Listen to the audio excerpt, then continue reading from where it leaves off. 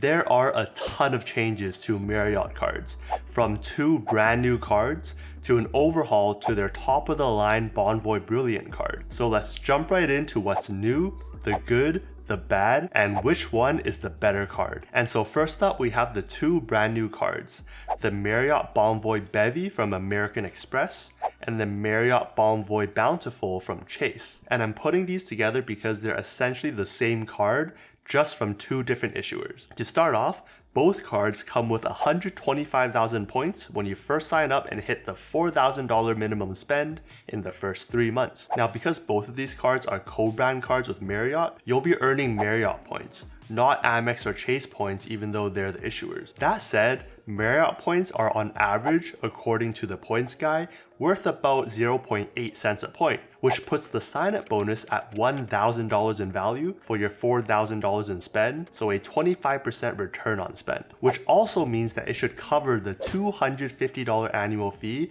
multiple times over. So that's all good, but what do you get from spending with the card? Well, on both cards, you'll get 6 times points when you're making eligible purchases at Marriott properties. And even though some of the marketing material says, ooh, it's up to 18.5 times points on the Chase side, it's not actually that great, because 10 of those you can already get by being a Marriott Bonvoy member, which is free to do, and the 2.5 times is from being a gold member, which you can get alone by yourself or comes with these cards. Next, you'll also earn 4 times points when you're spending at restaurants worldwide, as well as US grocery stores up to a combined $15,000 a year, and then 2 times points on everything else. So if you look at all the multipliers and taking a rate of 0.8 cents a point, it's like you're getting an equivalent of 4.8% cash back at Bonvoy properties, 3.2% for restaurants and supermarkets, and 1.6% back at everywhere else. That said, I really don't think that these multipliers are that amazing, because with a card like the Amex Gold that has the same annual fee,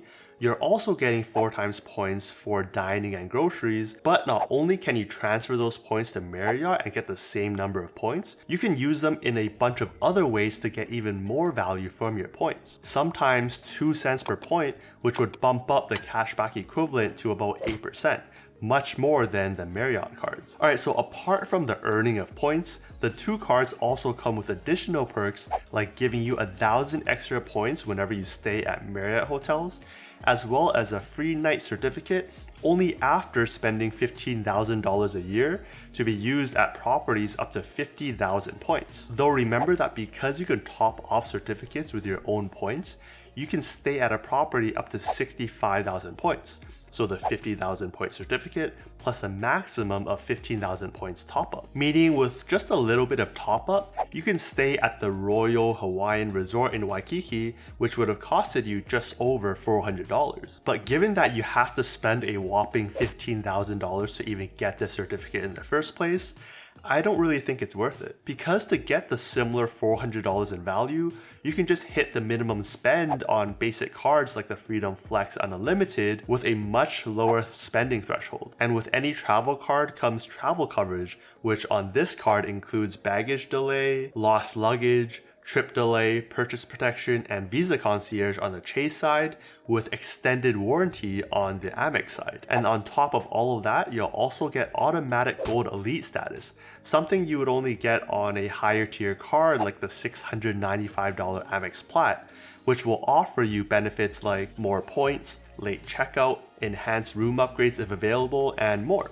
You'll also get 15 elite nights towards your next level of status, which here would be the platinum level. But speaking of platinum, let's move on to talk about the new and upgraded Marriott Bonvoy Brilliant card by American Express, because this card will give you Marriott Platinum, up from the previous gold that the card used to give you. I don't think there's any other common card out there that gives you this level of status with Marriott, especially when Platinum is where all the nice benefits start coming in, like getting even more points, enhanced room upgrades that include suites, lounge access, and even more. And because hotels go down a priority list when they decide who to upgrade, you having platinum will put you ahead of a lot of other people who have, say, gold status, meaning you get a big boost in the chance of getting upgrades. But now that it's an easier perk to get, I wonder how much more diluted the Platinum status would be, because now you can essentially pay the annual fee of $650 to get free Platinum status,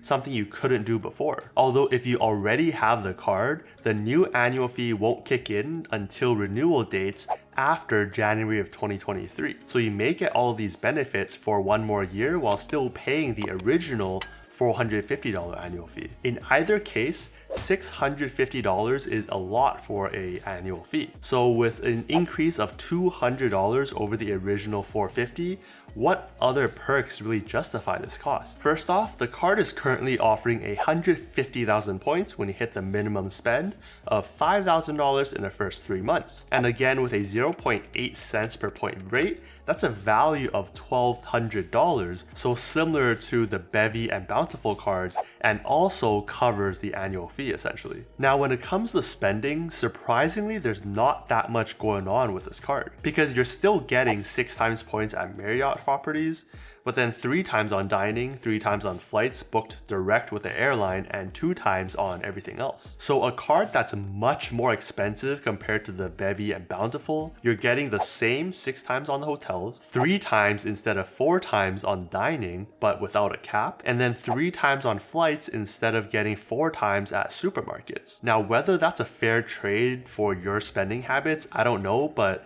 I don't think it's that much better. But maybe that's because of all the other benefits you get with a card.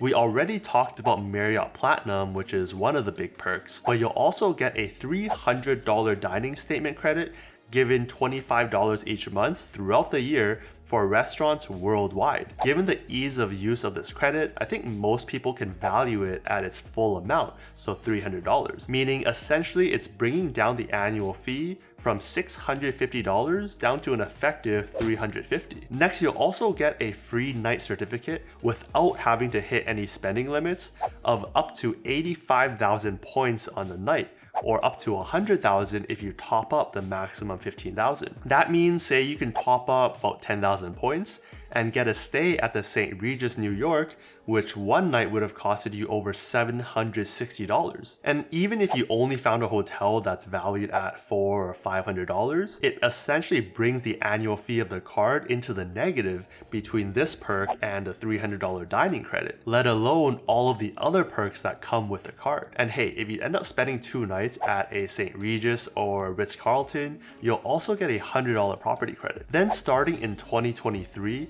you'll get what's called an Earned Choice Award once you hit a spend of $60,000 on the card, where you can choose from either getting 5 Suite Night Award upgrades, $750 off a bed from their boutique, or another 85,000 point certificate that you can use. But for most of you out there, you're probably not spending $60,000 on a card, and the chances that you are and also a Marriott loyalist is pretty slim. Even then, if you're gonna spend that much on credit cards anyways, I'd much rather spend it among several different credit cards to hit minimum spend and get thousands and thousands of dollars worth of points that way instead. Then, as with most other high-end credit cards, you'll also get global entry or TSA pre-check credit, priority pass giving you access to over 1,000 lounges around the world, a bunch of protections like baggage insurance, trip insurance, return protection, purchase protection, and extended warranty. All that along with 25 elite nights towards your next level of elite status,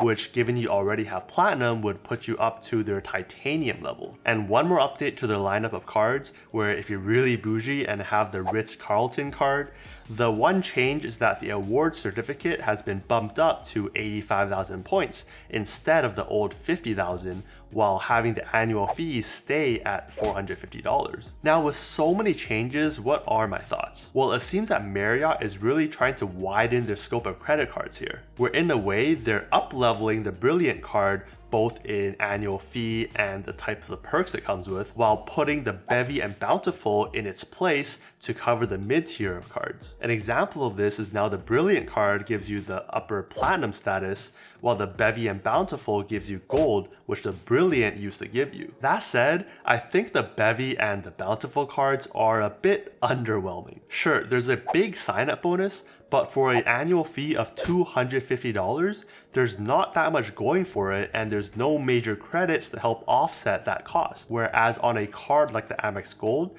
there are credits to essentially make the card almost free, as well as earning you points that are much more valuable than Marriott points. So I think if you're gonna get a Marriott card, go for the top tier Brilliant card, because at least there's the $300 dining credit to offset the annual fee, and you're getting a free night certificate that can easily be worth $500, $600, $700, which combined would offset the entire annual fee. That, along with getting other perks like Marriott Platinum status, really makes this card the better one to get. If you are a Marriott loyalist though, really like their properties or just using their points in general, then these cards are decent options to get, especially when there are so many elevated sign-up bonuses right now of 100,000 points or more. Just remember to look at the fine print to make sure you qualify, because if you've had past versions of either types of cards, that may disqualify you from earning the sign-up bonuses. And if you aren't a Marriott loyalist, but you still want to get maximum value from your spend, then head on over to these videos where we go over other awesome credit cards